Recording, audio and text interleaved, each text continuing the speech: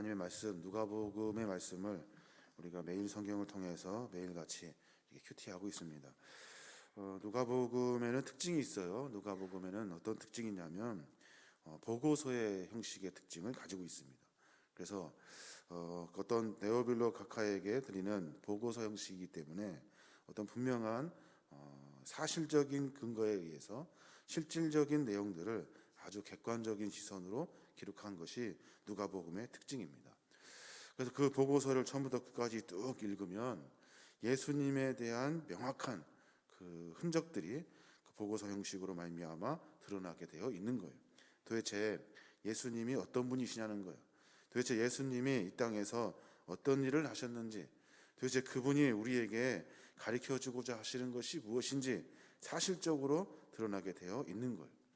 오늘 우리가 읽었던 이런 잃어버린 양의 비유, 그리고 잃은 드라크마의 비유, 이 비유에서도 마찬가지. 예수님은 왜 이 땅에 오셨냐는 거예요. 왜 이 땅에 오셔서 우리로 하여금, 그리고 그분께서 많은 일들을 우리를 향해서 하셨냐 하는 그 목적이 오늘 비유의 이야기를 통해서 들어있는 겁니다. 사람들이 예수님을 보고 비웃기 시작해요. 그리고 조롱하면서 이제 예수님을 죄인 취급하려고 합니다. 그 이유가 뭐냐면, 왜 저 사람은 왜 세리들과 또 죄인들과 함께 쑥덕거리면서 음식을 같이 먹고, 왜 우리가 그렇게 미워하고 싫어했던 그들과 왜 그렇게 같이 있는지 모르겠다. 저 사람도 역시 죄인 아니냐라고 이야기하면서 사람들이 이렇게 쑥덕거리기 시작했다는 거예요. 그때 그 말씀을, 그 말을 듣고 예수님이 그들에게 분명하게 가르쳐 주시는 거예요. 내가 이 땅에 온 이유, 내가 이 땅에 온 이유, 많은 사람들에게 사랑을 베풀어 주려고 이 땅에 온다는 사실을 가르쳐 주고 있는 거예요. 그래서 너희들이 잘 아는 그 목양, 양을 치는 그 지역의 습성들을 잘 이해하고 있기 때문에 그 잃은 양의 비유를 통해서 하나님의 목적, 예수 그리스도가 이 땅에 오신 이유에 대해서 설명해 주고 있는 거예요. 그 지역은 여러분 잘 아시는 것처럼 양을 키워서 이렇게 먹고 사는 목양지입니다. 근데 양을 키우는데 문제가 있는데 목초지가 별로 없어요. 목초지가 이렇게 푸른 풀밭 같은 그런 곳이 별로 없어요. 있다 한다면 그 팔레스틴 그 남북으로 이렇게 가로지르는 그 어떤 계곡 그쪽에만 이렇게 조금 형성되어 있대요. 그래서 양을 키우려면 그 양들을 데리고 그 먼 곳까지 가야 돼요. 가서 그 협곡에 들어있는 그 계곡의 옆에 이렇게 형성되어 있는 목초지에서 양을 이렇게 쳐야 돼요. 먹이를 먹여야 되는데, 근데 그 협곡 때문에 여러 가지 어려운 일들을 당한다는 거예요. 양들이 거기에서 떨어지기도 하고, 그리고 목초지를 찾아다니면서 이렇게 떨어지는, 이렇게 그 무리에서 분리되는 그런 양들도 있었다는 거예요. 또 맹수들의 습격을 당하고도 했다는 거예요. 그래서 이 사람들은 양들과 함께 그 양들의 틈에서 같이 먹고 자면서 그 양들을 보호하고 안전하게 지켰다는 거예요. 그 양은 사실 개인 소유가 아니에요. 그 양들은 그 당시에는 공동의 동네의 소유로 2에서 3일 정도 한 개조로 나누어 가지고 그 일들을 했대요. 그래서 양을 치러 나가면은 모든 마을 사람들이 그 양을 치러 간 사람들을 양과 함께 기다리고 있었다는 거예요. 거기다가 날짜가 돼서 그들이 동네로 다시 들어오는데 양을 잃어버리면 끝까지 찾는 그런 습성들이 있대요. 그래서 양을 잃어버릴 때 그때 그 사람들은 남아서 계곡이든 협곡이든 어디든지 돌아다니면서 그 양을 끝까지 찾아 다녔다는 거예요. 그러나서 잃어버렸던 그 양을 그 목자가 어깨에 이렇게 메고 들어오면 동네 사람들 전체가 기뻐하며 잔치를 벌이는 그런 시대적인 풍습을 예수님이 보시고 그들에게 비유로 말씀해주고 계시는 거예요. 하나님의 사랑, 그리고 하나님이 우리를 향한 그 강한 진념, 우리를 절대 포기하지 아니하시는 하나님의 그 은혜, 여기에 대해서 예수님이 설명해주고 계시는 거예요. 너희들이 그렇게 미워하고 싫어하는 죄인들, 그리고 세리들, 그리고 창녀들, 너희들이 소외시켰던 이방 사람들 모두가 다 하나님의 자녀라는 거예요. 하나님은 너희들은 포기했지만 하나님은 포기하지 않는다는 거예요. 끝까지 그들이 다시 하나님 품으로 돌아올 때까지 포기하지 아니하시고 하나님의 그 사랑을 보여주신다고 말씀해주고 계시는 거예요. 잃어버린 한 영혼, 우리가 소외시켜버렸고 우리가 아니라고 이렇게 밀어냈던 그 잃어버렸던 한 영혼들을 하나님께서 소중하게 여기신다는 겁니다. 심지어는 99마리를 그냥 들에 그냥 가만히 두고, 99마리도 충분하잖아요. 근데 그래 두고 한 마리를 찾으러 그 땅을 출발하는 거예요. 험상줄령 어렵고 힘든 계곡, 그리고 여러 가지 힘든 일들이 있지만 그 양 한 마리를 찾으러 출발한다는 거예요. 하나님의 사랑은 그런 사랑이라고 주님이 분명히 말씀해주고 계시는 거예요. 요즘 우리가 더더욱 한 인격의 그 소중함을 다 무시해버립니다. 그리고 한 어떤 인간을 부속품 정도로 여겨버리는 그런 인식들이 있어요.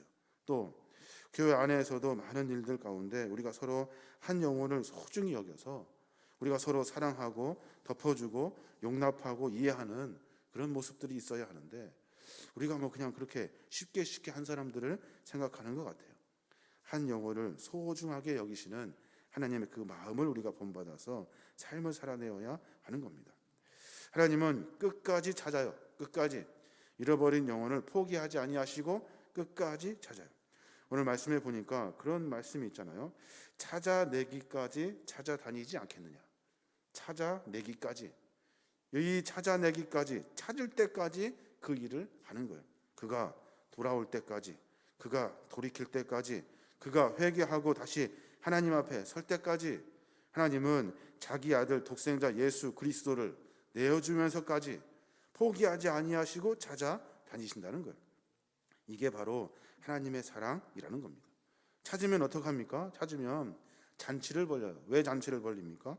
기뻐하니까. 그 어떤 것보다 가장 중요하고 가장 기쁜 일이기 때문에 잔치를 벌려요. 이 기쁨을 이웃 사람들과 나누고 싶은 거예요. 함께 나누어서 내 기쁨을 좀 같이 나눕시다. 내가 이렇게 기뻐요. 내가 오늘 한턱 내겠습니다 하면서 그 기쁨을 나눈다는 거예요. 별거 아니에요. 한 사람이 돌아왔고 한 마리의 양이 돌아왔을 뿐인데 그들은 잔치를 베풀어요. 왜냐하면 이것이 하나님의 마음이기 때문에 그렇습니다. 하나님의 마음은 많은 사람들에게 하나님의 그 포기하지 않는 사랑과 진념과 은혜를 설명해 주고 계신 거예요. 우리도 마찬가지죠. 우리도 세상에 살면서 잊혀지는 사람들이 우리 아닙니까? 많은 사람들이 기억하지 않고, 그리고 많은 사람들에게 드러나지 않고 그냥 세상에 살면 흔적도 없이 사라져가는 것이 우리 인생이에요. 그런데 하나님은 우리를 선택해 주셨어요. 우리를 찾아와 주셨다고요. 그래서 우리를 백성 삼아 주시고 자녀 삼아 주시고 마지막 죽는 그날까지, 그래서 하나님의 사랑으로 말미암아 주님이 예비해 놓으신 천국을 소유할 수 있는 거룩한 믿음의 대열로 세워 주신 거예요. 이게 바로 우리 같은 연약한 존재를 포기하지 아니하시는 하나님의 사랑이라는 거예요. 신명기 33장에 보면 그런 말씀이 있어요. 여호와의 사랑을 입은 자는 그 곁에 안전히 거하리로다. 여호와께서 그를 날이 맞도록 보호하시고 그로 자기 어깨 사이에 처하게 하시리로다 라는 말씀이 있어요. 이 말은 무슨 말이냐면 하나님의 사랑을 입은 자, 하나님이 포기하지 않고 찾은 거룩한 백성은 하나님께서 안전하게 지켜주신대요. 어떻게 지키냐면 마치 목자가 양들을 보호하는 것처럼 날이 맞도록 그를 보호해 주신대요. 왜 그럴까요? 사랑하니까. 우리를 사랑하고 우리를 한없이 품어주시고자 하시는 하나님의 그 긍휼의 마음이 우리에게 향하여 짓기 때문에 그 일이 가능한 거예요. 하나님의 그 사랑을 받은 자들이 하나님의 그 사랑을 잃어버린다면 우리는 얼마나 참 배은만덕한 그런 모습이 될 수밖에 없어요. 하나님의 귀한 사랑, 그 사랑 때문에 내가 주 앞에 섰습니다. 내가 주 앞에 나아갈 수 있습니다. 하나님이 나를 불러주셨습니다. 나를 선택하셨습니다. 하나님이 나로 하여금 사명을 맡겨주셨습니다. 그 은혜의 사명을 우리가 잃어버려서는 안 되는 거예요. 오늘 또 두 번째 이야기가 나옵니다. 이런 드라크마를 찾은 여인의 비유. 이 비유도 마찬가지예요. 여인이 돈을 하나 잃어버렸나 봐요. 돈을 하나 잃어버렸는데 그 은전, 그걸 잃어버렸는데 그걸 찾으려고 방을 다 쓸어. 장롱도 있고 아마 뭐 집기도 있고 여러 가지 막 있겠죠. 근데 그걸 다 꺼집어내요. 왜요? 그 은전 하나 찾으려고. 다 끄집어내서 마치 방을 다 쓸듯이 싹싹싹 쓸어서 그 은전 한 개를 찾으려고 해요. 그 은전은 사실 별 가치가 없어요. 어떤 상징적인 것을 이야기해요. 그 당시에 여인들이 결혼을 합니다. 그러면 은줄로 맨 이렇게 은 목걸이 같은 10개가 묶여진 어떤 고리를 선물로 준대요. 그래서 결혼 지참금처럼 그 여인에게 이렇게 주는 거예요. 근데 그 중에 한 개를 잃어버려요. 그러면 그 결혼 지참금 때 받았던 그 은고리, 그 은 10개 묶여진 그 고리가 얼마나 소중하겠습니까? 그 여인의 마음 여러분 이해하시죠? 그 마음으로 그 방을 다 쓸어요. 어디다 있지 어디 있지 하면서 막 찾아요. 그 마음을 예수님께서 비유로 설명해 주고 계시는 거예요. 너희들이 천시했던 죄인이라고 여겼던 사람들, 세리들, 창녀들, 그리고 가난한 사람들, 병들었던 사람들, 그런 사람들 모두가 다 주님이 찾으려고 그들에게 사랑을 베풀어 주시려고 그렇게 열심을 낸다는 거예요. 여인이 그렇게 열심을 내는 모습을 하나님의 비유로 설명해 주고 계시는 거예요. 우리의 삶의 모습 가운데 하나님은 우리를 찾으셔요. 어떻게 찾냐면 방을 싹싹 쓸어가면서 정말로 귀한 사람들을 찾아요. 우리는 하찮은 존재, 연약한 존재예요. 그런데 교회 공동체 안에서 한 사람 한 사람을 찾아서 소중한 사람을 찾아서 그에게 집사도 시키고 권사도 시키고 장로도 시키고 사명을 맡겨 주시는 거예요.